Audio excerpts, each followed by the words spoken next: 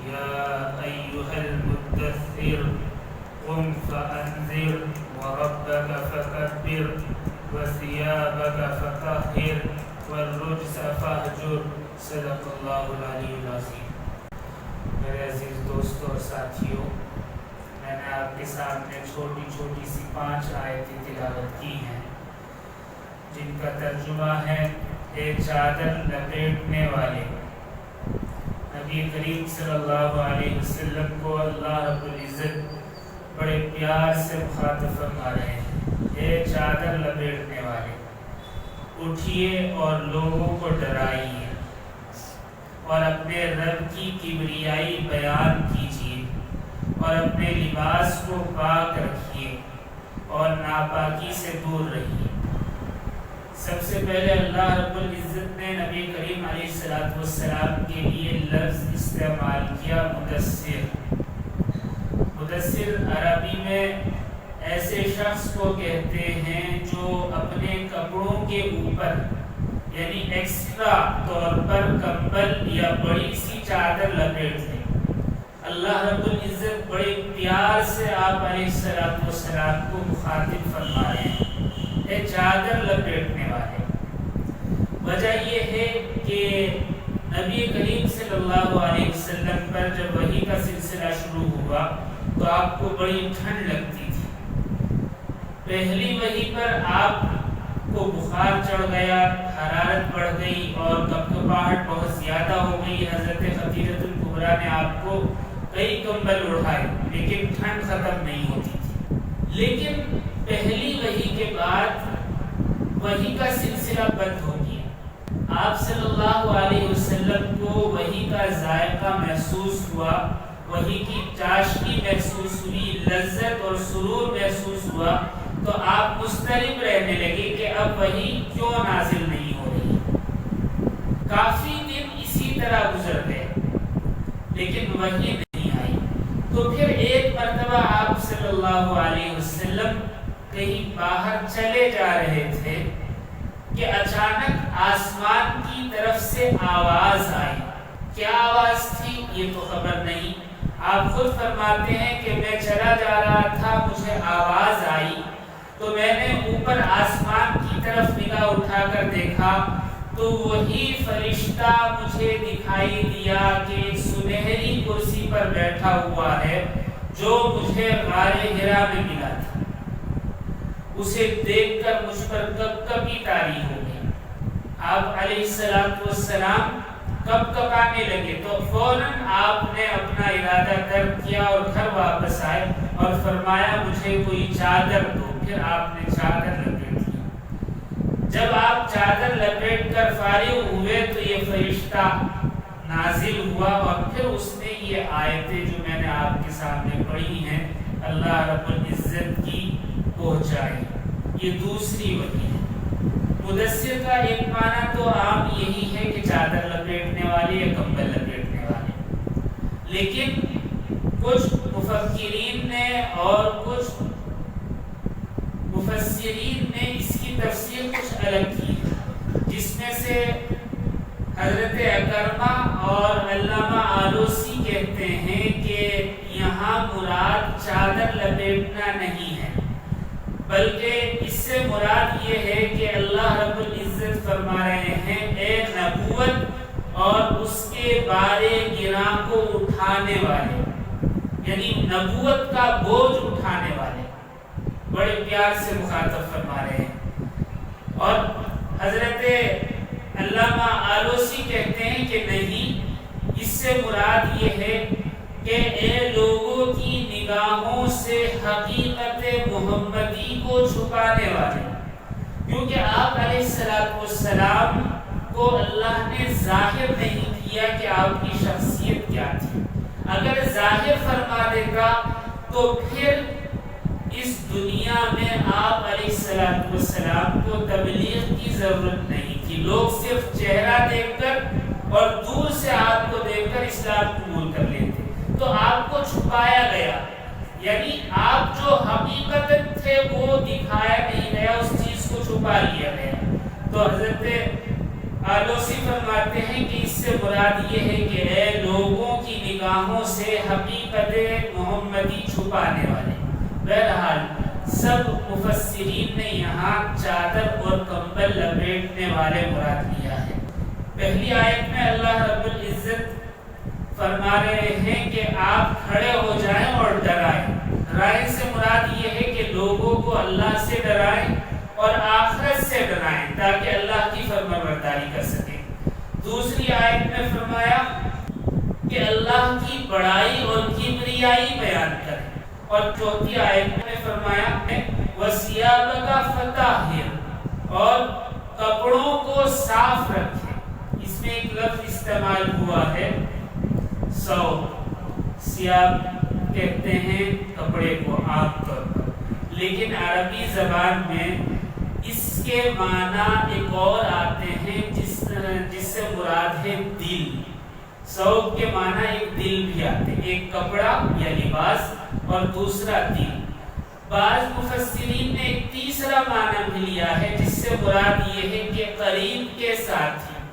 مطلب یہ ہے کہ اگر اس سے کپڑے مراد لیے جائیں تو ظاہری لباس کے متعلق اللہ نے فرمایا کہ اپنے لباس کو، اپنے کپڑوں کو صاف رکھیں، اور اگر دوسرا معنی مراد لیا جائے جو دل ہے اس کے متعلق تو پھر یہ ہے کہ اپنے باطن کو صاف رکھیں، یعنی دل کو صاف رکھیں۔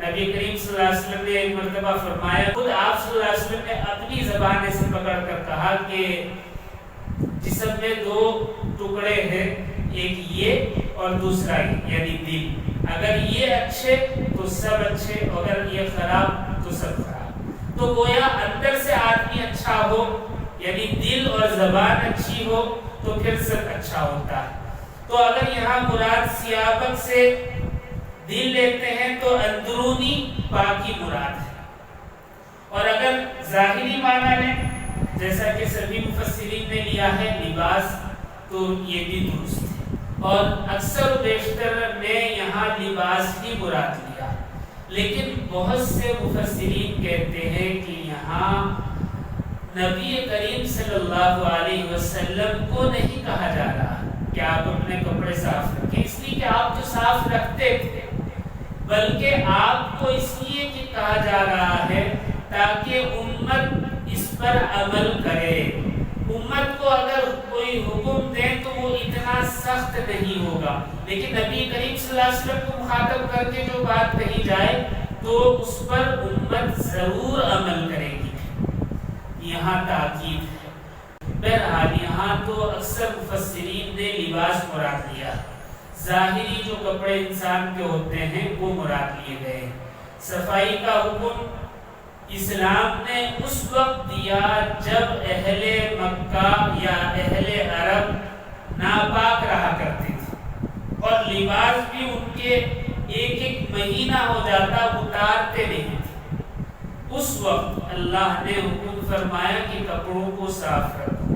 عام طور پر ذہن میں یہ بات آتی ہے کون سی نئی چیز ہے، یہ تو ایک انسانی فطرت ہے کہ کپڑوں کو صاف رکھنا چاہیے، لیکن اللہ کا یہ حکم اور نبی کریم صلی اللہ علیہ وسلم کی صفائی سے متعلق جو تعلیمات ہیں یہ اس زمانے میں دی گئی ہیں جب کوئی بھی صفائی پر دھیان نہیں دیتا تھا۔ اس زمانے میں یہودیوں کے یہاں پاک رہنا کوئی بڑی چیز نہیں تھی، یعنی پاک رہیں ناپاک رہیں کوئی مسئلہ نہیں، اور عیسائیوں کے یہاں، کرسچن کے یہاں مسئلہ یہ تھا کہ اگر کوئی نہا لے تو وہ عیب کی بات تھی، یعنی یہ طرح کا فتنہ سمجھا جاتا تھا، اور کلیسا جو چرچ ہوا کرتے تھے وہاں سے فتوے دیے جاتے تھے کہ کوئی نہائے گا تو اس کو پھانسی چڑھا دو، یعنی اتنی زیادہ گندگی تھی۔ جب نہانے پر اتنی پابندی تھی کہ یہاں تو کپڑوں سے متعلق کیا ہوگا، اس زمانے میں قرآن نے اور نبی کریم صلی اللہ علیہ وسلم کی تعلیمات میں صفائی پر توجہ دی مسلمانوں کے لیے۔ ایک مورخ ہے فرانس کا جس کا نام ہے گریبار، اس نے لکھا ہے کہ مسلمانوں کے ہم مقروض ہیں، قرض دار ہیں، اس لیے کہ مسلمانوں نے ہمیں صفائی سکھائی، نہانا دھونا اور کپڑوں کی صفائی سکھائی ہے، اس لیے سارا یورپ ان کا قرض دار ہے۔ آپ کو تعجب ہوگا، جس زمانے میں مسلمانوں کے یہاں سائنس پر کام ہو رہا تھا، جغرافیہ پر کام ہو رہا تھا، میتھ پر کام ہو رہا تھا، اور طب یعنی میڈیکل سائنس پر کام ہو رہا تھا، اور مسلمانوں کی تجارت دور تک پھیلی ہوئی تھی، اور مسلمانوں کے جو بادشاہ ہوا کرتے تھے ان سے زیادہ مالدار کوئی روئے زمین میں بادشاہ نہیں تھے، ایسے زمانے میں مسلمان اپنے کپڑوں میں یاقوت جڑا کرتے تھے، یعنی اپنے لباس کو سنوارا کرتے تھے، اور اس زمانے میں یورپ میں کسی کے یہاں حمام نام کی کوئی چیز نہیں تھی اس زمانے میں، یعنی مسلمانوں نے اتنی ترقی کر لی تھی، اور یورپ ایسے اندھیرے میں ڈوبا ہوا تھا کہ ان کے یہاں نہانا اور کپڑوں کو صاف رکھنے کا مسئلہ ہی نہیں تھا، بلکہ بہت سارے بادشاہ یورپ کے ایسے تھے کہ اگر کسی نے کہہ دیا کہ میں نہا رہا ہوں یا کپڑے بدل رہا ہوں، وہ پاک صاف دکھائی دیتا تھا تو اس کو قتل کر دیا کرتے تھے۔ ایک کمیٹی، ایک شعبہ اسی نام کا تھا کہ اس طرح کے لوگوں کو پکڑ کر پھانسی چڑھا دیا کرتے تھے۔ اسی طرح اسپین کا ایک بادشاہ تھا فلیپ دوم کے نام سے جانا جاتا ہے، اس کی ایک بیٹی تھی ایزابیل دوم۔ ایک مرتبہ محاصرہ کیا کسی نے ان کے شہر فتح کرنے کے لیے، تو اس نے قسم کھائی کہ میں اپنے باہر اور اندر کے کپڑے جب تک نہیں اتاروں گی جب تک کہ محاصرہ ختم نہیں ہو جاتا۔ آپ سوچ سکتے ہیں کہ نیت اور ذہن کتنا گندا تھا ان لوگوں کا۔ اس نے قسم کھائی کہ میں اپنے کپڑے اندر باہر کے اس وقت تک نہیں اتاروں گی جب تک کہ محاصرہ ختم نہیں ہو جاتا۔ محاصرہ ختم ہوا 3 سال کے بعد۔ بدلنے کی بات نہیں، صرف اتارنے کی بات ہے۔ 3 سال اس نے وہی کپڑے پہنے اور اسی میں بیمار ہو کر مر گئی۔ یہ ایک واقعہ نہیں، یورپ کے ہزاروں واقعات اس طرح کے۔ جس زمانے میں مسلمانوں کے یہاں حمام ہوا کرتے تھے، اس زمانے میں یورپ والے حمام اور نہانے کو جانتے ہی نہیں تھے۔ آج جو کچھ یورپ میں پاکی صفائی نظر آتی ہے وہ اسلام کی مرہون منت ہے، اور افسوس کی بات یہ ہے کہ ہم نے اسے بھلا دیا۔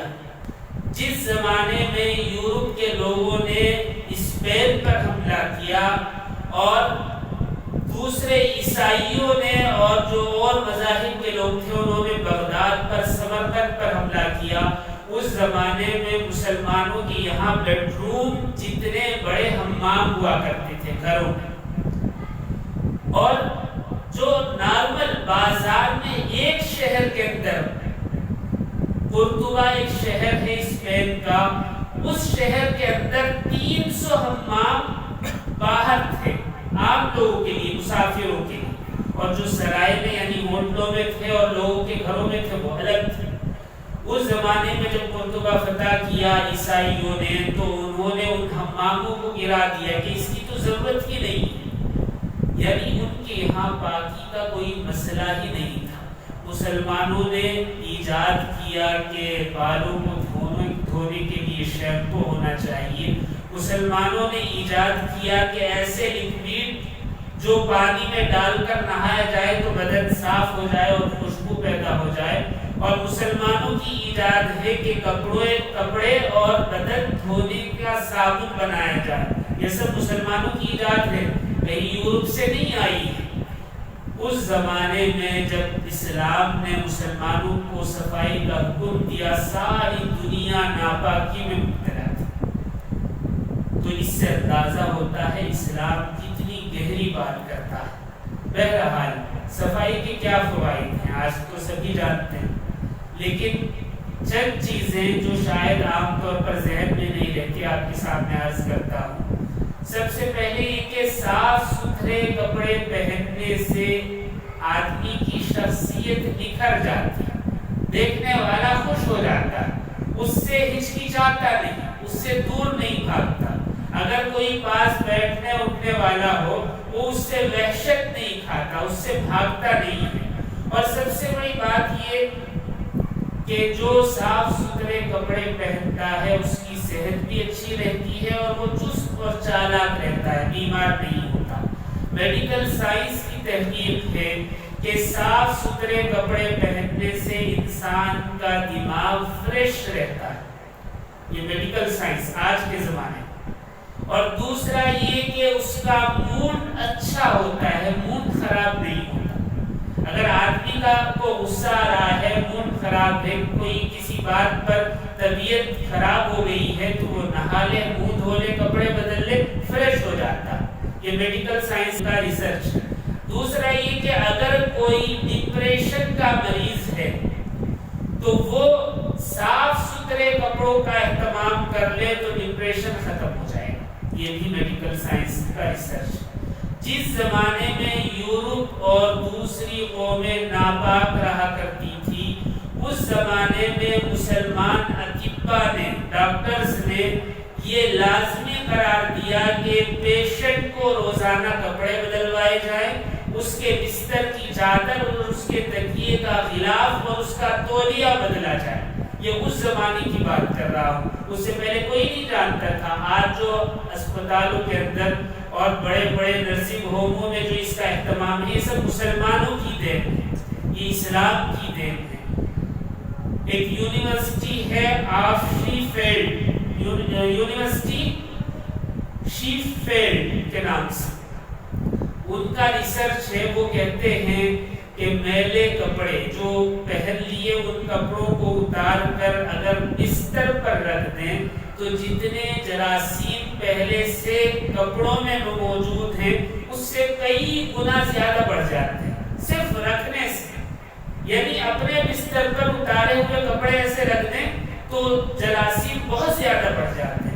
ایک اور ریسرچ ہے سائنسدانوں کا کہ اگر کوئی اپنے کپڑے بیڈ روم میں اتار کر ڈال دے ایسے ہی تو اس میں کھٹمل اور جراثیم بہت زیادہ پیدا ہو جاتے ہیں اور ان کو جلدی سے ختم نہیں کیا جا سکتا۔ آدمی صاف ستھرے کپڑے پہنتا ہے، بیڈ روم میں جاتا ہے، پھر وہاں سے واپس نکلتا ہے تو ان کپڑوں کی وجہ سے وہ جراثیم اس کے ساتھ سفر کرتے ہیں ایک جگہ سے دوسری جگہ۔ آج ساری دنیا میں ہوٹلز اور بڑے بڑے ریسٹوران میں لوگ پریشان ہیں، یعنی مالکان، کہ جراثیم کو کیسے ختم کیا جائے، اس لیے کہ لوگ سفر کرتے ہیں اور وہ جراثیم ایک جگہ سے دوسری جگہ چلے جاتے ہیں اس طریقے سے۔ یہ اسلام کی دین ہے کہ اسلام نے بتایا کہ صاف ستھرے کپڑے پہنے۔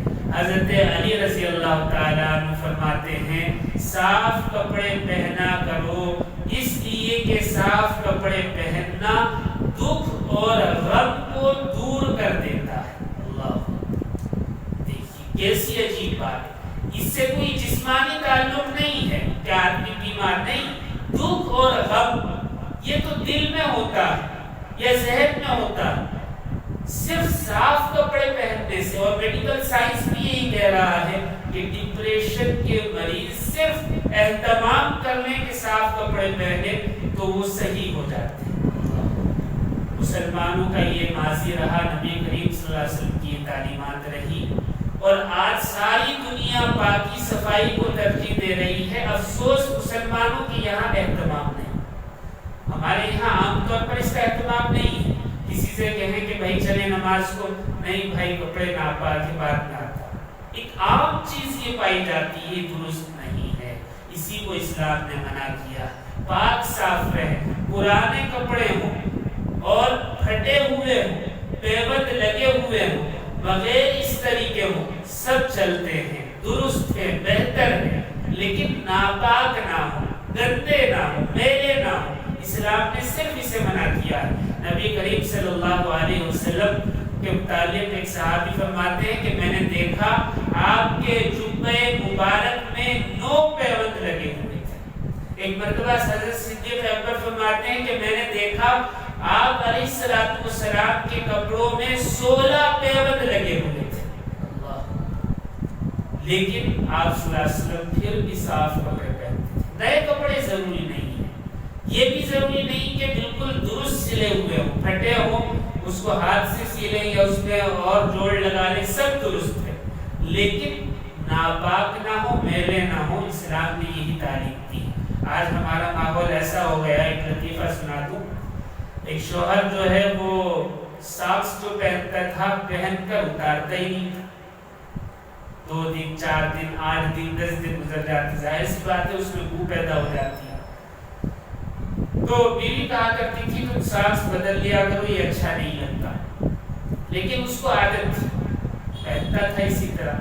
ایک مرتبہ شادی میں جانا تھا، بیوی نے کہا کہ دیکھو تم ساکس چینج نہیں کرتے، ساکس چینج کرو۔ اس نے کہا کہ ٹھیک ہے، ساکس چینج کر لی۔ شادی میں جب پہنچے تو بیوی نے کہا کہ تم میں سے ایسی ہی بدبو آ رہی ہے، وہی بو آ رہی ہے جو ساکسوں میں سے آتی ہے، وجہ کیا ہے؟ تم نے ساکس چینج نہیں کی، مجھے تو ایسے ہی لگتا ہے کہ تم بدل کر نہیں آئے، ایسے ہی آ گئے۔ اس نے کہا کہ کیوں نہیں؟ تو نے کہا میں نے مان لیا، میں نے ساکس چینج کیے ہیں اور ثبوت بھی لایا ہوں۔ کیا؟ اس نے اپنی جیبوں میں سے پرانے ساکس نکال کر دکھائے کہ دیکھو یہ ہماری مثال ایسی ہے۔ پاکی کا مطلب پاکی ہی ہے۔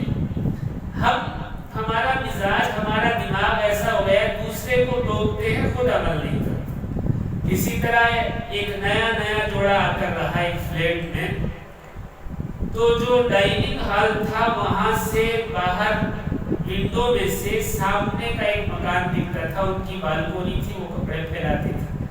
بیوی نے کہا کہ یہ کپڑے صاف نہیں دھوتی سامنے جو عورت رہتی۔ شوہر نے کچھ نہیں کہا، پھر بیوی نے یہ بات کہی اگلے دن، پھر تیسرے دن بھی یہ کہا۔ پھر بیوی کی یہ عادت بن گئی، وہ روزانہ جب بھی اس طرف دیکھتی کہتی کہ یہ عورت کپڑے صاف نہیں دھوتی، یا تو اسے اپنی کام والی بدل لینی چاہیے، یا یہ ہے کہ اس کو صابن بدل لینا چاہیے۔ کافی عرصہ اسی طرح گزر گیا۔ ایک دن وہ اٹھی، اس نے ناشتہ بنایا اور ٹیبل پر لا کر لگایا، آ کر دیکھا کہ بڑے صاف ستھرے کپڑے ٹنگے ہوئے بالکونی میں سامنے گھر۔ تو اس نے کہا کہ میں پہلے سے کہتی تھی کہ اس کو یا تو کام والی بدلنی چاہیے، صابن بدلنا چاہیے، دیکھو آج کیسے صاف ستھرے کپڑے ٹنگے ہوئے ہیں۔ اس کا مطلب یا تو اس نے صابن چینج کیا ہی یا کام والی کو چینج کیا۔ تو شوہر نے کہا کہ ایسا کچھ نہیں ہے، صبح میں اٹھا تو میں نے اپنے گھر کی ونڈو صاف کی تھی، جس کی وجہ سے وہ کپڑے آج صاف نظر آئے۔ تو ہماری مثال یہ ہے، ہم دوسرے کو کہتے ہیں، خود کا خیال نہیں رکھتے۔ بہرحال پاکی بہت اچھی چیز ہے، اور صاف کپڑے پہننے پر بھی بڑا اچھا ہے۔ ایک واقعہ سناتا ہوں۔ ایک عابد شخص تھا، اس نے کپڑے بدلے رات کے وقت اور سوچا کہ قریب کی مسجد میں جا کر نماز پڑھ، تہجد کی نماز۔ باہر نکلا تو بارش ہو رہی تھی، اتفاق سے پیر پھسلا اور گر کر سارے کپڑے کیچڑ اور مٹی میں ہو گئے۔ وہ واپس پلٹا، نہایا دھویا، پھر دوسرے کپڑے بدلے اور پھر باہر آیا۔ اتفاق سے پھر گرا، پھر کپڑے خراب ہو گئے، پھر واپس گیا، پھر جا کر کپڑے بدلے، اور جب تیسری مرتبہ بدل کر باہر آیا تو دیکھا کہ ایک آدمی چراغ لے کر کھڑا ہوا۔ اس نے کہا کہ آپ کہاں جا رہے ہیں؟ کہ مسجد جانا ہے۔ کہ چلو ساتھ چلتے ہیں۔ خیر مسجد پہنچ گئے۔ مسجد کے دروازے پر اس چراغ والے نے کہا کہ آپ جائیے، میں یہیں کھڑا ہوں۔ اس نے کہا کہ آپ بھی ساتھ چلیں؟ کہا کہ نہیں، آپ نماز پڑھ لیں۔ خیر یہ اندر آئے، نماز پڑھی، واپس ہوئے تو وہ آدمی پھر چراغ لے کر ساتھ چلا اور واپس گھر تک چھوڑ کر آئے۔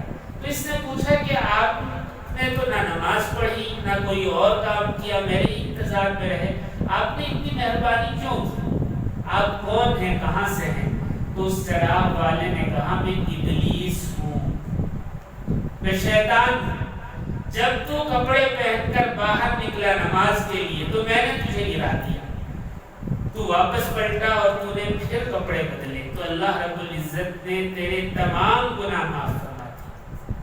پھر جب دوسری مرتبہ میں نے تجھے گرایا تو پھر تیرے خاندان والوں کے سب گناہ معاف کر دیے۔ پھر جب تیسری مرتبہ تجھے میں نے گرایا اور تو تیسری مرتبہ کپڑے پہن کر آیا تو میں نے دیکھا اللہ نے تیرے محلے والوں کے گناہ معاف کر دیے۔ تو میں نے سوچا کہیں ایسا نہ ہو میں گراتا رہوں اور سارے لوگوں کی بخشش ہو جائے، صرف کپڑے پہن کر مسجد کی طرف جانے پر۔ اللہ کر لیں۔ حضرت جابر بن عبداللہ رضی اللہ تعالیٰ عنہ فرماتے ہیں کہ ہم غزوہ بنی انمار کے موقع پر ایک مرتبہ پڑاؤ کے لیے رکے، دھوپ تیز تھی، دوپہر میں ایک درخت کے نیچے ہم رکے، ہم نے دیکھا کہ آپ صلی اللہ علیہ وسلم تشریف لا رہے ہیں، تو ہم نے آواز دی کہ اللہ کے نبی یہاں آ جائیں، اس درخت کے نیچے آ جائیں، تو آپ نے اپنی سواری وہاں روکی اور آپ نیچے اتر کر تشریف لائے، آپ ان کے ساتھ بیٹھ گئے۔ ہم نے دیکھا کہ مزدوروں میں سے ایک آدمی جو اونٹوں کو اور گھوڑوں کو باندھتا تھا ادھر ادھر، اس کی طرف آپ صلی اللہ علیہ وسلم نے اشارہ فرمایا کہ اسے بلاؤ۔ ہم نے اسے بلایا تو آپ نے پوچھا کیا تیرے پاس کپڑے نہیں ہیں؟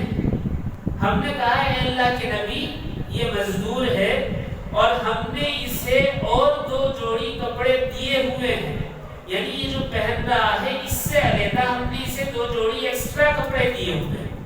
آپ صلی اللہ علیہ وسلم نے فرمایا پھر تو پہن کر کیوں نہیں آتا؟ وہ پہن کر آئی، کو اتار دی۔ وہ گیا اور اس نے کپڑے پہنے۔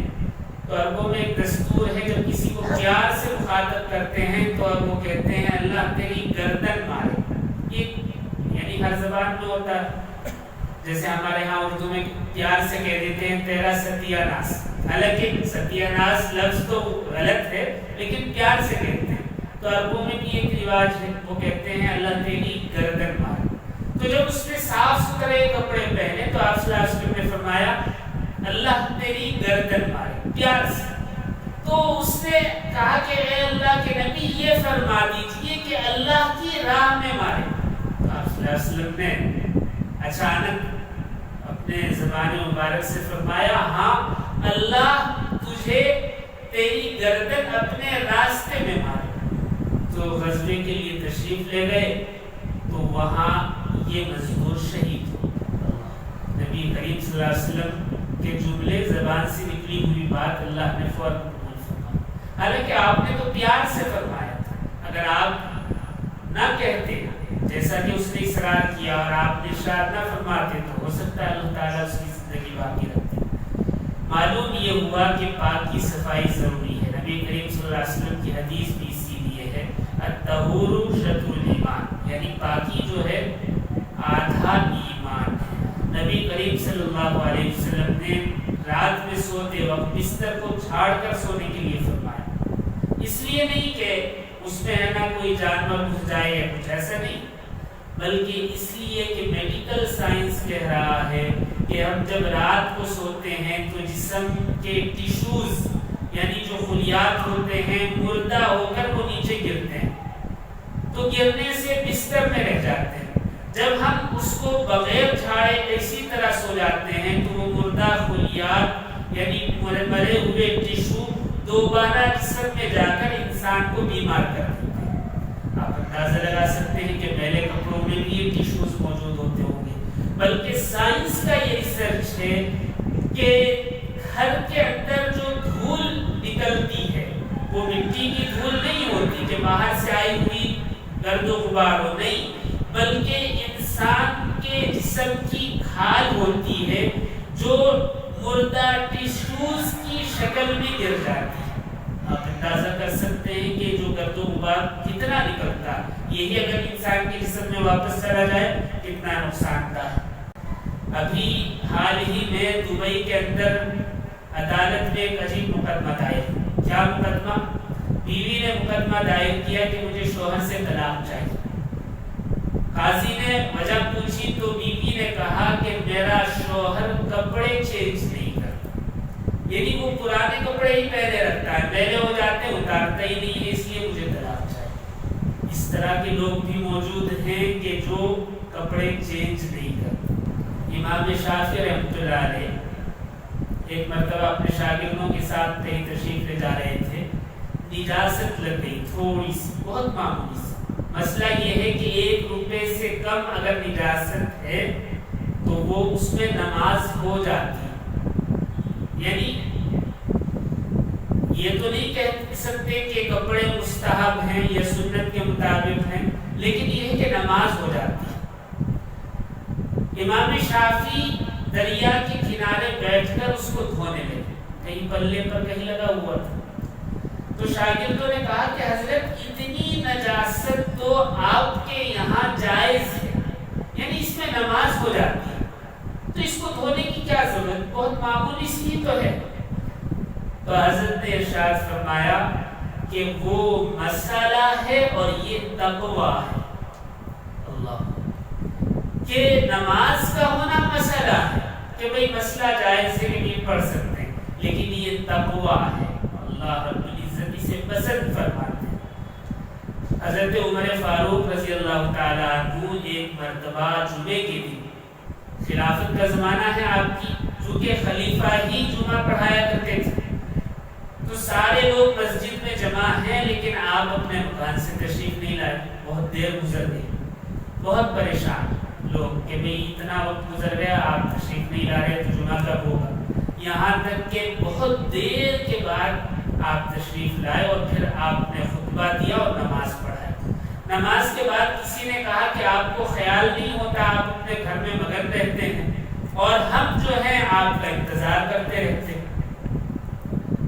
تو حضرت عمر فاروق رضی اللہ تعالیٰ عنہ نے فرمایا کہ میرے پاس صرف ایک ہی کرتا ہے، یہ میلا ہو گیا تھا، میں نے اسے دھو کر سکھانے کے لیے پھیلایا تھا، یہ کچا تھا سوکھا نہیں، مجھے اس لیے آنے میں دیر ہو. حضرت عمر فاروق جیسا متقی آدمی، حقوق العباد کا خیال رکھنے والا، کسی پر ظلم نہ ہو، ایسی شخصیت وہ جمعے کو مؤخر کر رہی ہے، تھوڑا سا دیری سے صحیح، لیکن ناپاک کپڑوں میں جمعہ پڑھانا منظور نہیں. ناپاک سے مراد میلے کپڑے، ناپاک نہیں میلے کپڑے.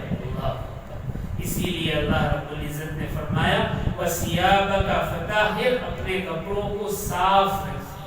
اس میں انسانی فطرت کے مطابق بھی بات ہے اور دین کے حساب سے کہ انسان کو نماز کے لیے صاف کپڑوں کی ضرورت ہوتی ہے، صاف جگہ کی ضرورت ہوتی ہے، اور انسانی جسم اس کے لیے یہ بہت اچھا ہے، صحت رہتی ہے، صحت قائم رہتی ہے، ڈپریشن میں آدمی نہیں جاتا اور جسم بیمار نہیں ہوتا، یہ ضروری ہے. پھر آگے فرمایا وَالرُّجْزَ فَاهْجُرْ، اور ناپاکی سے دور رہیے.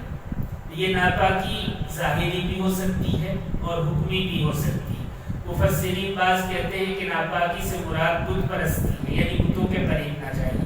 اس سے مراد آپ صلی اللہ علیہ وسلم کو تنبیہ نہیں کی جا رہی ہے، آپ تو پہلے سے ہی بتوں سے دور رہا کرتے تھے. مطلب یہ کہ امت بتوں سے دور رہے، یا ایک ظاہری معنی کہ ناپاکی سے دور رہے، یہ اور تنبیہ نہیں کی جا رہی ہے. اللہ رب العزت ہم سب کو کہنے سننے سے زیادہ عمل کی توفیق عطا فرمائے. وآخر دعوانا